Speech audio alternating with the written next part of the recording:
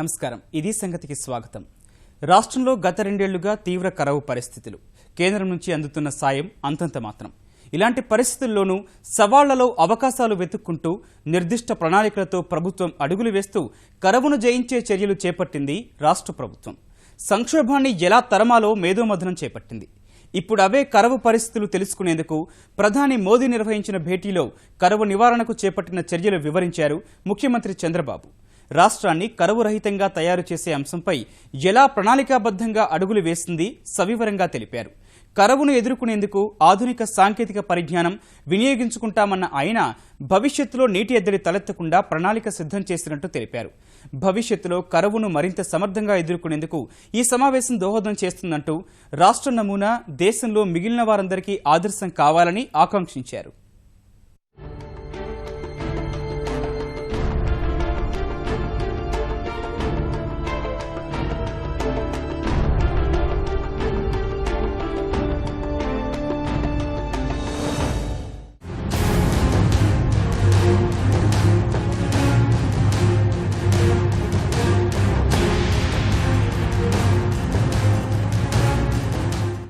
నీరు ప్రగతి, ఇంకుడు గుంతల తవ్వకం, పంట సంజీవనులు, నదుల అనుసంధానం. రాష్ట్రాన్ని పూర్తిగా కరువు కోరల్లోంచి బయటపడేసి భవిష్యత్తు తరాలకు వెలుగురేఖలను అందించేందుకు రాష్ట్ర ప్రభుత్వం ఎంచుకున్న ప్రాధాన్య అంశాలు ఈ 4. ఆంధ్రప్రదేశ్లో నదుల అనుసంధానానికి చేపడుతున్న చర్యలతో పాటు జల సంరక్షణకు పాటించిన విధానాలు దేశవ్యాప్తంగా అమలు చేస్తే ఉత్తమ ఫలితాలు సాధించవచ్చన్నది ప్రభుత్వ అభిప్రాయం. అందుకే రాష్ట్రాన్ని కరువు రహిత రాష్ట్రంగా తీర్చిదిద్దేందుకు సహజ వనరులన్నీ పూర్తి స్థాయిలో వినియోగించుకునేందుకు ఇలా ప్రణాళిక రూపొందించుకుంది.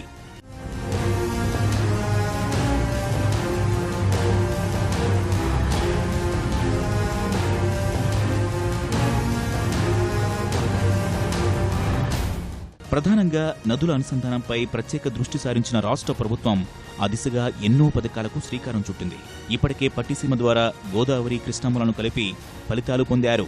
2015 సెప్టెంబర్ 16న ఆ పవిత్ర ఘట్టాన్ని దిగ్విజయంగా పూర్తి చేశారు. 174 కిలోమీటర్ల దూరాన్ని అనుసంధానం ద్వారా పూర్తిగా మాయం చేశారు. పోలవరం పూర్తయ్యేలోపు తాత్కాలిక ఏర్పాట్ల ద్వారానే 80 టీఎంసీలు గోదావరి నుంచి కృష్ణమ్మకు మళ్లించేందుకు మార్గం సుగమం చేశారు.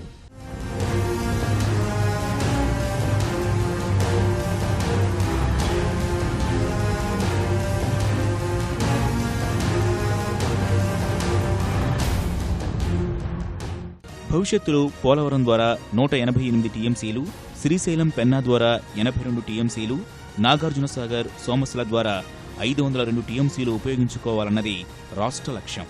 ప్రస్తుతం వాటి పనులన్నీ జరుగుతున్నాయి.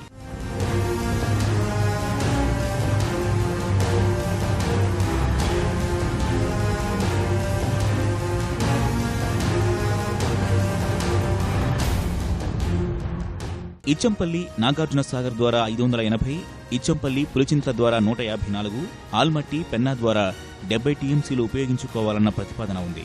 గోదావరి, పెన్నా అనుసంధానం ద్వారా 400 టీఎంసీల మేర తరలించాలన్నది లక్ష్యం. తద్వారా 40 లక్షల ఎకరాల ఆయకట్టు స్థిరీకరణ జరుగుతుంది. 5 జిల్లాలకు కరువు నుంచి శాశ్వత విముక్తి లభిస్తుంది. అందరికీ ఉపరితల జలాల ద్వారానే మంచినీటి సరఫరా జరుగుతుంది. అలానే మహానది, గోదావరి ద్వారా 430 టీఎంసీలు, ఇచ్చంపల్లి, నాగార్జునసాగర్ ద్వారా 580, ఇచ్చంపల్లి, పులిచింతల అనుసంధానం ద్వారా 154 టీఎంసీల నీరు ఉపయోగించుకోవచ్చనే ప్రతిపాదనలు ఉన్నాయి.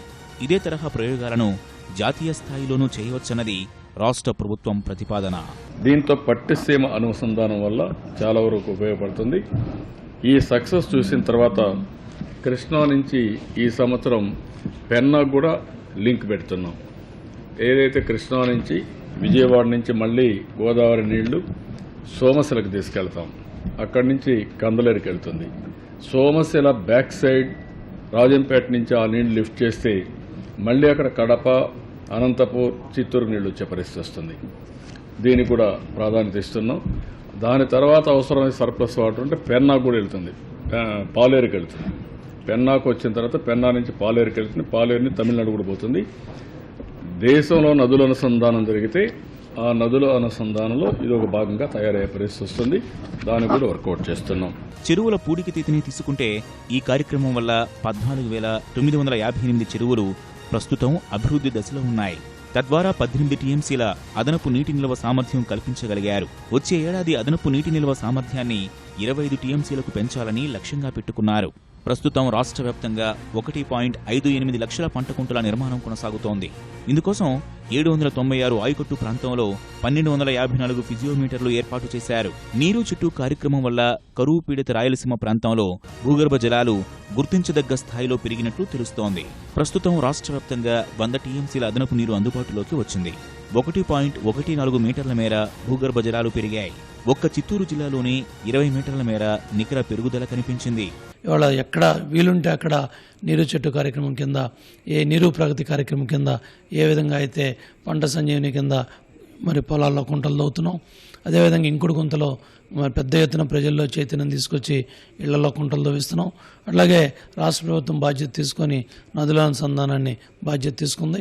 అట్లాగే ఉపాధి హామీ కింద కూడా చెక్ డ్యామ్స్ కానివ్వండి, ఏదైతే కొత్త చెక్ డ్యామ్స్ కానివ్వండి, రిపేర్స్ కానివ్వండి, కాంటూర్ ట్రెంచెస్ కానివ్వండి, రకరకాల ఫర్క్యులేషన్ ట్యాంకులు కానివ్వండి, మరి సుమారు ఈ 2 సంవత్సరాలు తిరగకుండా 2,900 కోట్లు ఇవాళ నీరు ప్రగతి మీద మరి ఇరిగేషన్ డిపార్ట్మెంట్, జలవనరుల శాఖ కానీ, అట్లాగే ఉపాధి హామీ కానీ అన్ని డిపార్ట్మెంట్లు కూడా మమేకం చేసి దేశానికే ఇవాళ ఆంధ్రప్రదేశ్ ఒక ఆదర్శంగా ముఖ్యమంత్రి గారు ఇవన్నీ చేయించారు. ప్రకృతి వైపరీత్యాల సమయంలో కేంద్రం స్పందించిన తీరు, అందిస్తున్న సాయం ఆశాజనకంగా లేకున్నా రాష్ట్ర ప్రభుత్వం నిర్దిష్ట చర్యలు చేపట్టింది.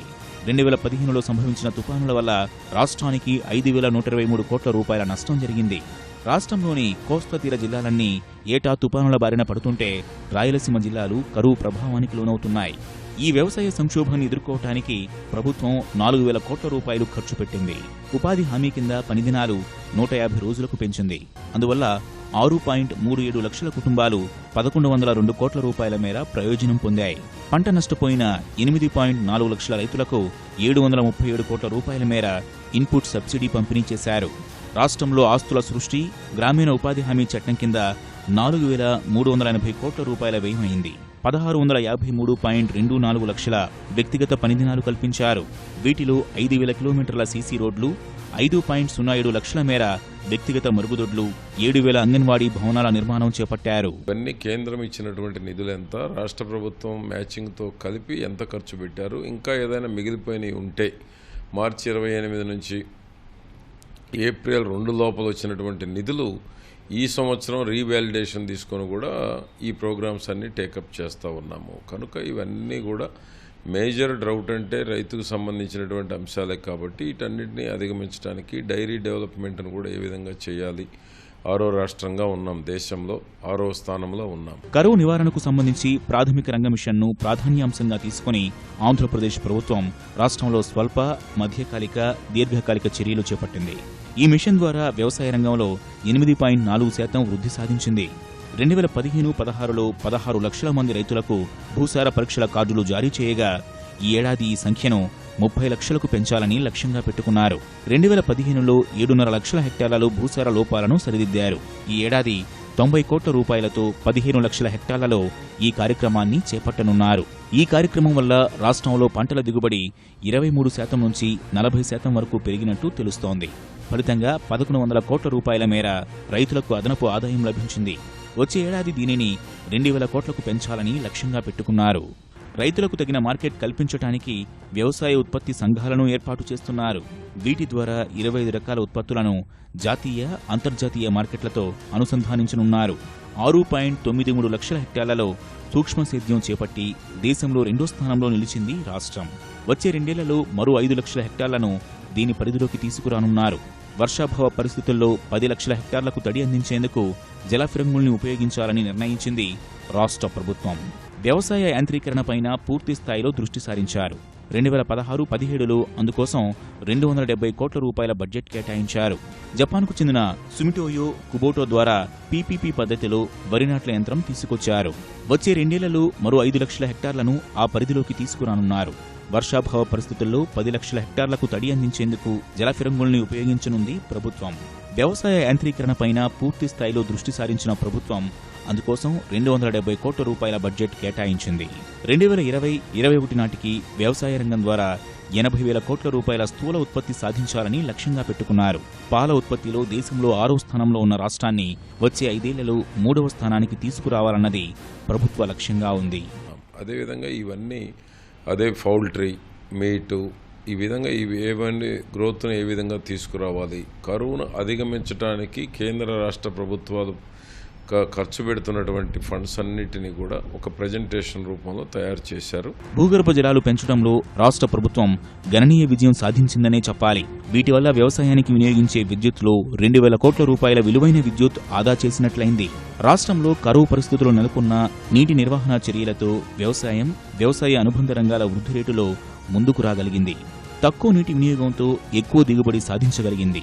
అందుకే ఈ విధానాలకు జాతీయ స్థాయిలో గుర్తింపు తీసుకువస్తే మిగిలిన రాష్ట్రాలకు ఉపయోగకరంగా ఉంటుందనేది ముఖ్యమంత్రి చంద్రబాబు ఆలోచన. సాగునీటి పరివాహక ప్రాంతాల్లో కోట్ల రూపాయలు ఖర్చు చేసి తారు రోడ్లు నిర్మించిన 3 నాళ్లకే అవి కుంగిపోవడం మామూలే. రానున్న రోజుల్లో ఆ తరహా రహదారులు ఇక కనిపించకపోవచ్చు. రాళ్లు తేలిపోయి వాహనాలు కాదు కదా నడకే నరకయాత్ర అనిపించేలా మారుతోన్న దారుల నుంచి మోక్షం లభించనుంది. వీటి కోసం ఖర్చు చేస్తున్న ప్రతి పైసా విలువ 10 కాలాల పాటు నిలిచేలా రహదారుల నిర్మాణానికి శ్రీకారం చుట్టింది రాష్ట్ర ప్రభుత్వం. ఇందులో భాగంగా చేపట్టిన ప్రయోగాల రహదారులు కొత్త ఆలోచనలు రేకెత్తిస్తున్నాయి. జియో ఇంజనీరింగ్ వంటి పద్ధతులతో రూపంలో ఆకట్టుకుంటున్నాయి.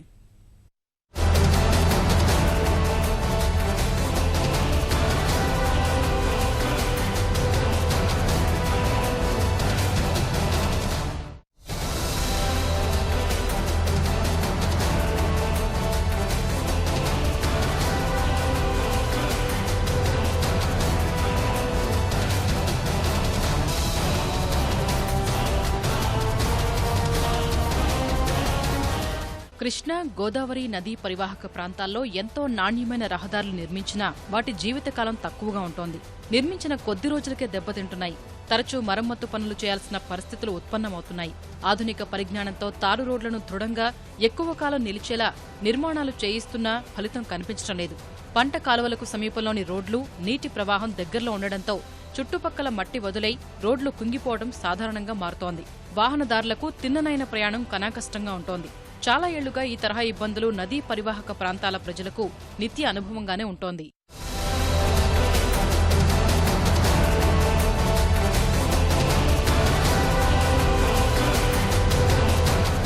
ఇకపై ఇలాంటి సమస్యలు లేకుండా రోడ్లను మరింత పటిష్టంగా ఆధునిక సాంకేతిక పరిజ్ఞానంతో నిర్మించేలా కొత్త విధానాలను అందుబాటులోకి తీసుకొస్తున్నారు. విదేశీయులు అనుసరిస్తున్న పద్ధతులపై సమగ్ర పరిశీలన చేయించిన ప్రభుత్వం ప్రయోగాత్మకంగా గుంటూరు జిల్లాలో కొన్ని రహదారులను నూతన పద్ధతిలో నిర్మిస్తోంది. తెనాలి పంచాయతీరాజ్ డివిజన్ పరిధిలో జియోగ్రిడ్ విధానంలో తొలిసారిగా రహదారి నిర్మాణం చేపట్టారు. చెరుకుపల్లి సమీపంలోని గుళ్లపల్లిలో ఇంటర్లాకింగ్ బ్రిక్స్ పద్ధతిలో పర్యావరణ హితమైన రహదారి వేశారు.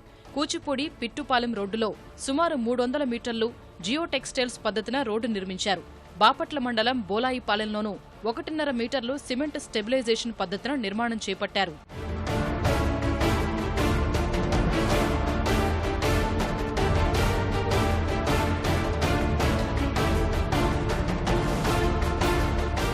తెనాలి డివిజన్లోని పంచాయతీరాజ్ ఇంజనీరింగ్ అధికారులు బాపట్ల మండలంలోని బాపట్ల, పెదనందిపాడు ఆర్ఎన్బి రోడ్డు నుంచి చెరువు జమ్ములపాలెం వరకు నాబార్డు నిధులతో తారు రోడ్డు నిర్మించారు.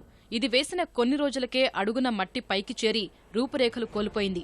దీంతో మరోసారి రోడ్డు వేయడానికి ముందే మట్టి పరీక్షలు నిర్వహించారు. ప్రధానమంత్రి గ్రామీణ సడక్ యోజన పథకం కింద నల్లరేగడి నేల మీద వేసే రోడ్డుకే అవసరమైన జాగ్రత్తలు తీసుకున్నారు. ఇది కొన్నాళ్లకే దెబ్బతింది. తుపాను నిధులు వెచ్చించి మరోసారి రోడ్డు వేశారు. అది అలానే అయింది. అప్పుడే గతంలోలా రోడ్డు వేస్తే మళ్లీ దెబ్బతినడం ఖాయమనే అభిప్రాయంతో అధికారులు ఈసారి రోడ్డు వేయడానికి ముందు నిపుణుల సలహాలు తీసుకోవాలని నిర్ణయించారు. IIT Kanpur, NIT Warangal, JNTU Kakinada విశ్వవిద్యాలయం ఆచార్యులతో భేటీ అయ్యి జియోగ్రిడ్ విధానాన్ని అమలు చేయాలన్న నిర్ణయానికి వచ్చారు.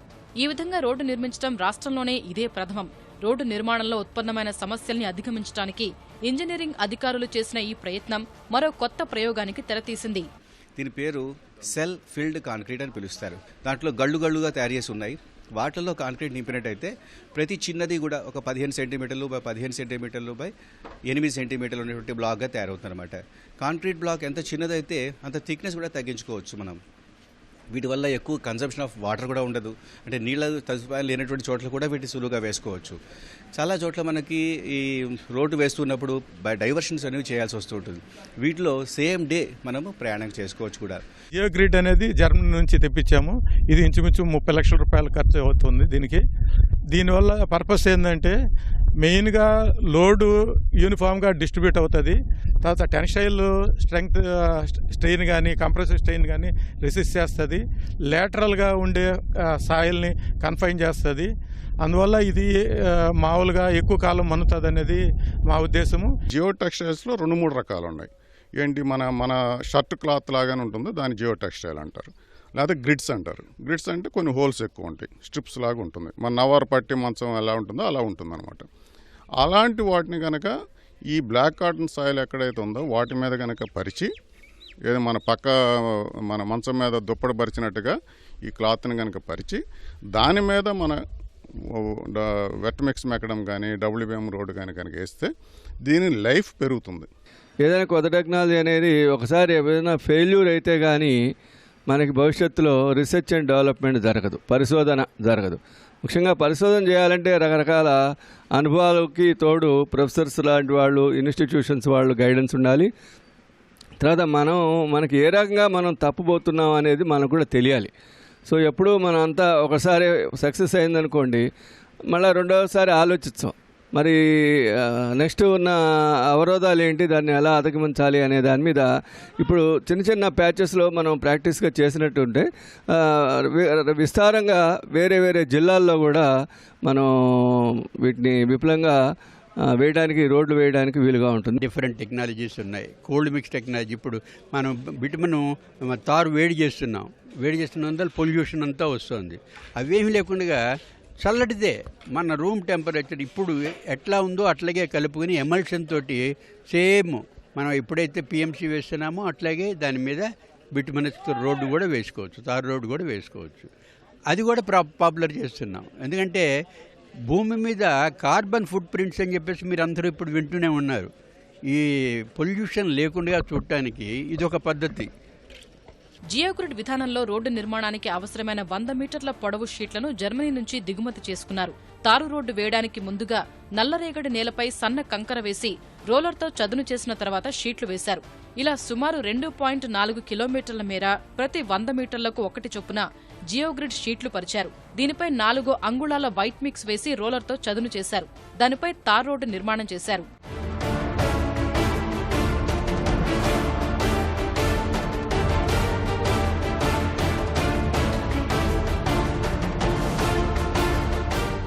ఎదవరికి వేసారు కానీ రోడ్డు బాగాలేదు. ఇప్పుడు మెటీరియల్ బాగా వేసారు, బాగానే రోడ్డు బాగానే ఉంది. జల్లింటి లాంటిది మ్యాట్ వేసారు. నా అనుకోవటం కోత పడదని గట్టిగా ఉండిద్దని అనుకుంటున్నాం. ఇప్పుడు ఎలాంటిది ఈ టెక్నాలజీ ఉండే ముందు ఇలా బాగా వచ్చేదని మా నమ్మకం. ఇలా వేసుకుంటే బాగా బృందంగా ఉండొచ్చని అనుకునేవాళ్ళు ఎదవరికి. ఇప్పుడు ఎప్పుడు చూడలే ఇట్ట వేస్తాం, కింద మ్యాట్ వేసి మ్యాట్ మీద పోసారు చూసా. గతంలో అలా చూడలే ఎప్పుడు. కానీ ఈ టైం మాకు కొద్దిగా లేట్ అయినా కానీ టెక్నాలజీ వల్ల ఈ రోడ్డు బాగా నిలబడి ఎక్కువ క్వాలిటీతో మన్నికతో వేయబడింది. ఇది ఎక్కువ కాలం నిలబడిద్దని మేము ఆశిస్తున్నాం. టెక్నాలజీని రాష్ట్రంలోనే మా ఊరికి నర్సబాలని మధ్యలో స్టార్ట్ చేయటం మాకు ఆనందంగా ఉంది. రోడ్డుని కొత్త పద్ధతిలో వేశారండి. ఈ రోడ్డు వేయటం చూసినాక మేము ఆశ్చర్యపోయాం. ఈ పద్ధతిని ఉండడం ఇంతకుముందు మాకు రోడ్డు వేయగల వెంటనే దెబ్బతినిపోయేది. ఇప్పుడు ఆ పరిస్థితులు ఉండవని మేము అనుకుంటున్నామండి. కొత్త పద్ధతి అని చెప్పారు. రోడ్డు మట్టుకు చాలా బాగా వచ్చిందండి. చాలా చూడటానికి మట్టుకు చాలా నీట్గా కూడా ఉంది. ఈ విధంగా చేయటం వల్ల తారు రోడ్డు మీద కురిసిన వాన నీరు ఇరుపక్కలకు పోగా ఇంకిన నీరు కూడా జియోగ్రిడ్ మీదకు చేరి బయటకు పోతోంది. అడుగున ఉన్న నల్లరేగడి నేల మీదకు నీరు చేరదు కాబట్టి రోడ్డు దెబ్బతినడానికి ఆస్కారం ఉండదంటున్నారు. ఈ తరహా రహదారి ప్రయోగాలపై స్థానికులు సంతృప్తి చెందుతున్నారు. విదేశాల్లో మాదిరిగా పటిష్టమైన రహదారులు నిర్మాణం అవుతుండడాన్ని స్వాగతిస్తున్నారు. టెక్నాలజీని, లేటెస్ట్ టెక్నాలజీని వాడటం వల్ల, అంతేకాకుండా రిటైనింగ్ వాల్స్ని, ఈవెన్ సిమెంట్ రోడ్స్ కూడా ముందల రెండు సైడ్ వాల్స్ వేసి తర్వాత మధ్యలో వేయటం వలన 2 వేగా మాకు ఉపయోగపడుతుంది. అదే బౌండరీ డ్రైన్స్కి ఉపయోగించేటప్పుడు అదర్ సైడ్న మేము కన్స్ట్రక్ట్ చేసుకోగలిగితే ఆ డ్రైన్స్ కూడా ప్రమాణంగా సక్సెస్ అవుతా ఉన్నాయి. ఈ రోడ్లు అట్లాగే వేయాలని మేము కూడా నిర్ణయించుకున్నాము. ఈ రోడ్ల వలన ఖర్చు తగ్గుతుంది, గ్రామీణ ప్రాంతాల్లో ఖర్చు తగ్గుతుంది, ఎక్కువ కాలం మన్నిక ఉంటుంది, రోడ్లు పగలకుండా ఉంటాయి.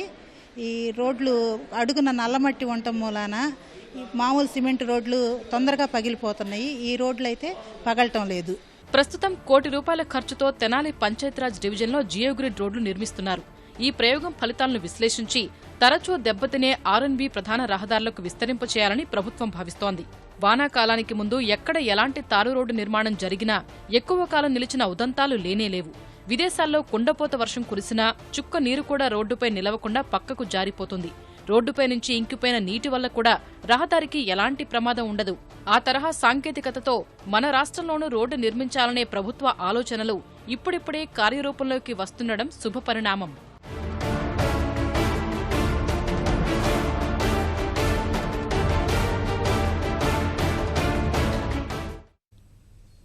ఇది సంగతి. మరిన్ని విభిన్న అంశాలతో మరో ఇదే సంగతిలో మళ్ళీ కలుద్దాం. నమస్కారం.